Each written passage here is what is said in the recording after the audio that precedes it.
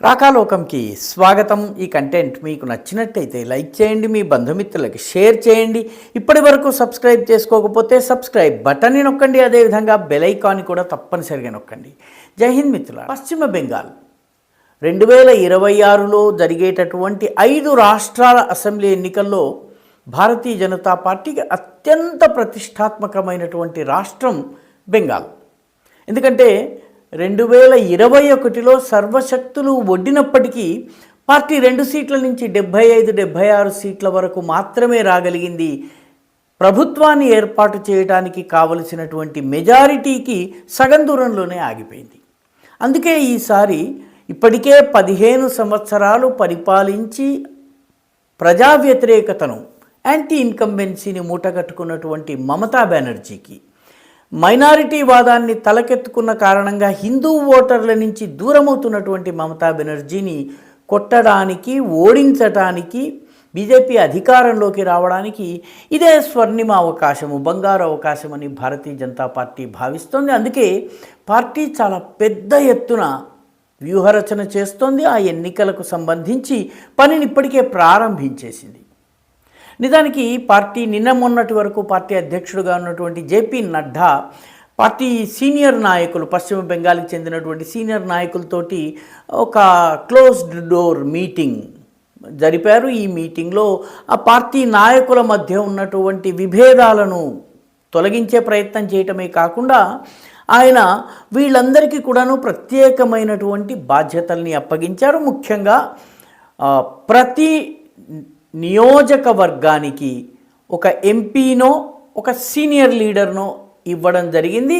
ప్రతి జిల్లాకి ఒక ఎంపీ లేదా సీనియర్ నాయకుడు, పార్టీ నాయకుడు బాధ్యుడిగా ఉండి పనిచేయాలని చెప్పి నిర్ణయించడం జరిగింది. భారతీయ జనతా పార్టీ ప్రభుత్వం గనక అధికారంలోకి వస్తే ఆయుష్మాన్ భారత్ కావచ్చును, జీ రామ్జీ కావచ్చు, ఇటువంటి పథకాలు అమలవుతాయి. మమతా బెనర్జీ వీటిని అమలు చేయటం లేదు అన్నటువంటి విషయాన్ని చెప్పడం కోసము ఒక ప్రత్యేకమైనటువంటి అభియాన్ని, కార్యక్రమాన్ని ఇప్పటికే అమలు చేయటము, ప్రతి ఓటర్ని స్పృశించేటటువంటి పని చేయటం జరిగింది.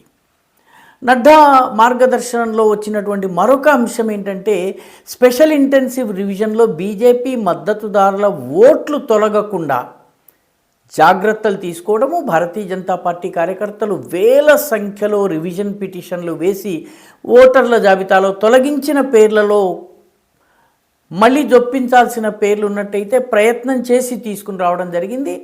నవంబర్ 24న, అంటే గత సంవత్సరం నవంబర్ 24నే భారతీయ జనతా పార్టీ మొత్తము రాష్ట్రాన్ని 5 కీలకమైనటువంటి జోన్స్గా డివైడ్ చేసింది.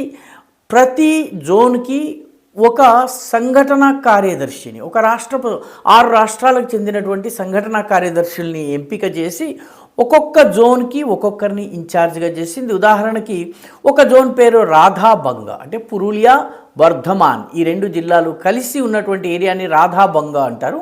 ఎందుకంటే రాధాతత్వం చాలా ఫేమస్గా ఉంది కాబట్టి. దీనికి పవన్ కుమార్ సాయ్ అని ఛత్తీస్గఢ్ సంఘటన కార్యదర్శి ఉన్నారు, Bharatiya Janata party organising secretary, ఆయనకు బాధ్యతనివ్వడం జరిగింది. అదేవిధంగా ఉత్తరాఖండ్లో మంత్రిగా ఉన్నటువంటి, రాజకీయ వ్యూహాల్లో బాగా చతురుడైనటువంటి ధన్ సింగ్ రావత్కి బాధ్యతనివ్వడం జరిగింది. వీళ్ళిద్దరూ కోఆర్డినేషన్లో అక్కడ ఉన్నటువంటి స్థానిక నాయకుల్ని కలుపుకుని నవంబర్ నుంచే అక్కడ పర్యటనలు చేస్తూ విస్తృతంగా తిరుగుతూ పనిచేస్తున్నారు. అదేవిధంగా 2వ క్షేత్రము హౌరా హుగ్లీ మిడ్నాపూర్ క్షేత్రము, మేదినీపూర్ అని కూడా అంటారు. దీని లోపల పవన్ రాణా అని ఢిల్లీ సంఘటన మంత్రిగా పనిచేస్తున్నారు. ఢిల్లీ ఎన్నికల్లో విజయానికి పవన్ రాణా పాత్ర కూడా చాలా కీలకమని చెప్పి భావిస్తారు. ఆయనని బాధ్యుడిగా చేశారు. ఆయనతో పాటు సంజయ్ భాటియా అనేటటువంటి మంత్రి, ఈయన ఉత్తరప్రదేశ్కి చెందినటువంటి మంత్రి, ఆయనకు బాధ్యతను అప్పగించడం జరిగింది. కేవలం మేదినీపూర్ జిల్లా మీద ఫోకస్ చేయడం కోసం, ఈ గ్రూప్లో ఉన్నటువంటి దానికోసం జేపీఎస్ రాఠోడ్ అనేటటువంటి మంత్రి, ఈయన కూడా ఉత్తరప్రదేశ్కి చెందినవాడు, ఈయనకి బాధ్యత అప్పగించడం జరిగింది. కోల్కతా మెట్రోపాలిటన్ ఏరియా, అదేవిధంగా దాంతోపాటు సౌత్ 24 పరగనా జిల్లా ఉంది. ఈ 2 జిల్లాల ప్రాంతాలు ఏవైతే ఉన్నాయో వీటికి ప్రస్తుతము సంఘటన మంత్రిగా పనిచేస్తున్నటువంటి సిద్ధార్థ్ అనేటటువంటి కార్యకర్తకి బాధ్యత ఇవ్వడం జరిగింది. అదేవిధంగా సిటీ రవి కర్ణాటకకు చెందినటువంటి కార్యకర్త, పార్టీ జనరల్ సెక్రటరీ కూడా, ఆయనకి ఈ సిద్ధార్థతో కలిసి పనిచేసేటటువంటి బాధ్యతను ఇవ్వడం జరిగింది.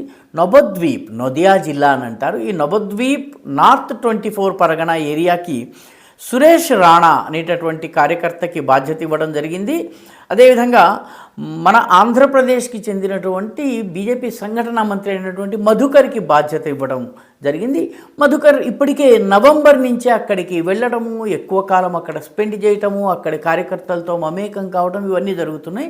చివరి క్షేత్రం నార్త్ బెంగాల్. ఇందులో మాల్దా, సిలిగుడి ప్రాంతం వస్తాయి. మాల్దా ముస్లిం మెజారిటీ ప్రాంతము, సిలిగుడి బీజేపీకి అనుకూలమైన ప్రాంతం. ఇక్కడ అరుణాచల్ ప్రదేశ్ సంఘటన మంత్రిగా పనిచేస్తున్నటువంటి అనంత మిశ్రాకి బాధ్యత ఇవ్వడం జరిగింది. అనంత నారాయణ మిశ్రా అతని పేరు. అదేవిధంగా అరుణ్ బినాడి అనేటటువంటి కర్ణాటకకు చెందినటువంటి మాజీ మంత్రికి కూడా బాధ్యతను ఇవ్వడం జరిగింది. వీళ్ళందరూ కూడాను ఈ క్షేత్రాలలో ఉండి నవంబర్ నుంచి పనిచేస్తున్నారు. ముఖ్యంగా బీజేపీ దృష్టిలో దాని ఫోకస్ అంతా కూడాను కోల్కతా మీద, దక్షిణ బెంగాల్ మీద ఎక్కువగా ఉంది. ఎందుకంటే ముఖ్యంగా నార్త్ అండ్ సౌత్ 24 పరగణ, దీనిలో 64 సీట్లు ఉంటాయి, ఈ రెండు జిల్లాల్ని కలిపి. దీనిలో 2016లో బీజేపీ ఒకే ఒక సీటు గెలుచుకుంది. 2021 అసెంబ్లీ ఎన్నికల్లో 5 సీట్లు గెలుచుకుంది. కాబట్టి ఈ ఏరియాలో పర్ఫార్మెన్స్ని ఇంప్రూవ్ చేయాలి, సీట్ల సంఖ్యను పెంచాలి. లేకపోయినట్టయితే గతంలో వచ్చిన ఫలితమే వస్తుంది. అదేవిధంగా కోల్కతా 11 సీట్లు ఉన్నటువంటి కోల్కతా మున్సిపల్ మెట్రోపాలిటన్ ఏరియా ఏదైతే ఉందో దానిలో 2016, 2021 రెండుసార్లు కూడా బీజేపీ ఒక్క సీటు కూడా గెలవలేకపోయింది. కాబట్టి ఈ ఏరియాని కూడా బీజేపీ ఫోకల్ ఏరియాగా తీసుకుని పనిచేస్తోంది.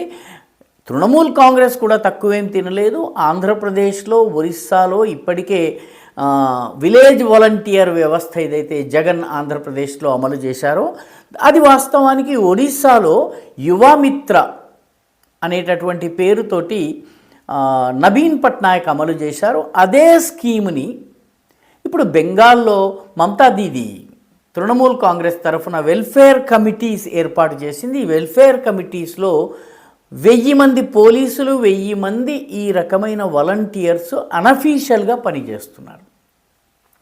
కాబట్టి ఏ ట్రిక్ అయితే ఒడిశాలో అదేవిధంగా ఆంధ్రప్రదేశ్లో ఉపయోగించారో దానినే వెల్ఫేర్ కమిటీల పేరిట పశ్చిమ బెంగాల్లో మమతా బెనర్జీ ఉపయోగిస్తోంది. దానిని పటాపంచలు చేసి ఈసారి బీజేపీ యొక్క పొజిషన్ని పెంచేందుకు చాలా గట్టి ప్రయత్నం చేస్తున్నారు. ఎందుకంటే ఈ 5 రాష్ట్రాల్లో అత్యంత కఠినమైనటువంటి రాష్ట్రము కేరళ. అక్కడ బీజేపీ అధికారంలోకి వచ్చేటటువంటి అవకాశం లేదు. ఆ తరువాత అవకాశం ఉన్నటువంటి రాష్ట్రము తమిళనాడు. చాలా టఫ్ నట్, ఎందుకంటే బీజేపీకి 10%, 14% మించి ఓట్లు ఎప్పుడూ రాలేదు. అస్సాం, పుదుచ్చేరిలో ఎన్డీఏ ప్రభుత్వం అధికారంలో ఉంది. ముఖ్యంగా అస్సాంలో హిమాంత బిశ్వశర్మ నాయకత్వంలో అధికారంలో ఉంది. కాబట్టి అది మళ్ళీ గెలిచే అవకాశాలు ఎక్కువగా ఉన్నాయని చెప్పి సర్వేలు చెప్తున్నాయి. కాబట్టి 50-50 అవకాశం ఉన్న ఏకైక రాష్ట్రము బెంగాల్. కాబట్టి బెంగాల్లో గెలిచేందుకు బీజేపీ సర్వశక్తులను ఒడ్డుతోంది. చాలా ముందు నుంచే ఇక్కడ పనిచేస్తోంది. ఈసారి ఫలితాన్ని తనకి అనుకూలంగా మలుచుకునేందుకు బీజేపీ ప్రయత్నిస్తోంది. మమతా బెనర్జీకి కూడా చావోరేవో, ఎందుకంటే ఇది గెలిస్తే 4వ టర్మ్ ఆమె ముఖ్యమంత్రిగా ఉంటుంది. ఓడిపోయినట్లయితే రాజకీయంగా తృణమూల్ కాంగ్రెస్ కూడా పెద్ద భవిష్యత్తు ఉండే అవకాశం లేదు. మమతా బెనర్జీ కూడా నెమ్మదిగా రాజకీయ జీవితాన్ని ఒక రకంగా ఆమె పొలిటికల్ లైఫ్ ఏదైతే ఉందో, పొలిటికల్ కెరియర్ ఏదైతే ఉందో అది సమాప్తి దిశగా వెళ్ళేటటువంటి అవకాశం ఉంది. అందుకే 2 పార్టీలు సర్వశక్తులను ఒడ్డి పోరాడుతున్నాయి. ఈ వీడియో మీకు నచ్చినట్టయితే లైక్ చేయండి, షేర్ చేయండి, ఈ ఛానల్కు సబ్స్క్రైబ్ చేయండి. మీ అభిప్రాయాన్ని కమెంట్ల రూపంలో తప్పనిసరిగా పంపించండి.